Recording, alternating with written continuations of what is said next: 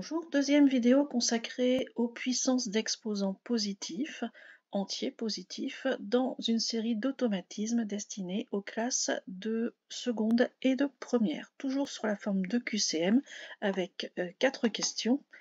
Donc nous nous retrouvons ici avec ces 4 questions. Je vous conseille de mettre en pause pendant quelques temps, essayez de le faire par vous-même et on va se retrouver dans quelques secondes pour la correction.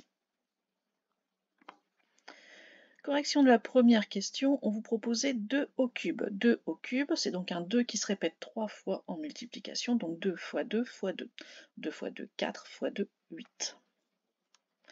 On peut regarder un petit peu les autres erreurs qui auraient pu être faites. Ici, le 6, c'est pour ceux qui auraient fait 2 fois 3. Le 9, c'est pour ceux qui auraient fait 3 fois 3, c'est-à-dire 3 au carré, en inversant l'exposant et le nombre de base. Ensuite, on vous proposait donc 4 résultats pour 7 au cube, donc on est aussi dans 7 fois 7 fois 7. Donc on peut déjà dire que ce n'est pas la dernière puisqu'ici il s'agit d'addition. 7 au cube et 3 exposants 7, ce n'est pas la même chose, on n'a pas le droit d'inverser l'exposant et notre nombre de base. Le 7 au cube qui donne 21, ça serait pour ceux qui feraient 7 fois 3 égale 21. Or si on fait 7 fois 7 fois 7, alors même si on ne connaît pas la réponse, moi non plus je ne la connais pas par cœur, hein, c'est par élimination qu'ici je travaille, 7 fois 7 ça fait 49 qu'on remultiplie par 7. Donc ça paraît assez cohérent au niveau en tout cas de l'ordre de grandeur.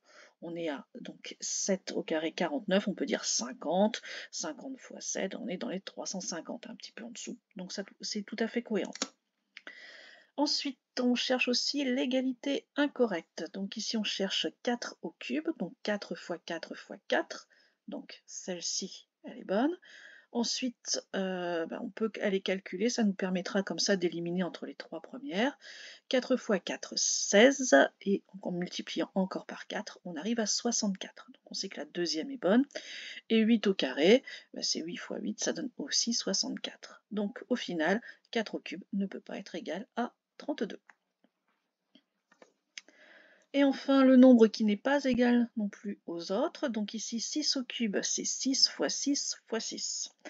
Donc, en regroupant les deux premiers 6, on va avoir 36 fois 6, donc les deux ici sont corrects, et 36 fois 6, si on fait un petit peu par calcul mental, 6 fois 6, 36, je retiens 3, 6 fois 3, 18, avec mes 3 de retenue, 21.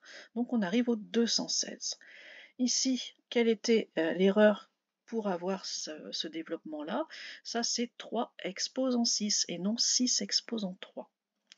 Voilà pour cette deuxième vidéo donc sur les puissances d'exposants positifs et je vous propose, si vous ne l'avez pas fait, de regarder la première série sur ce thème ou alors de passer aux puissances d'exposants négatifs cette fois-ci.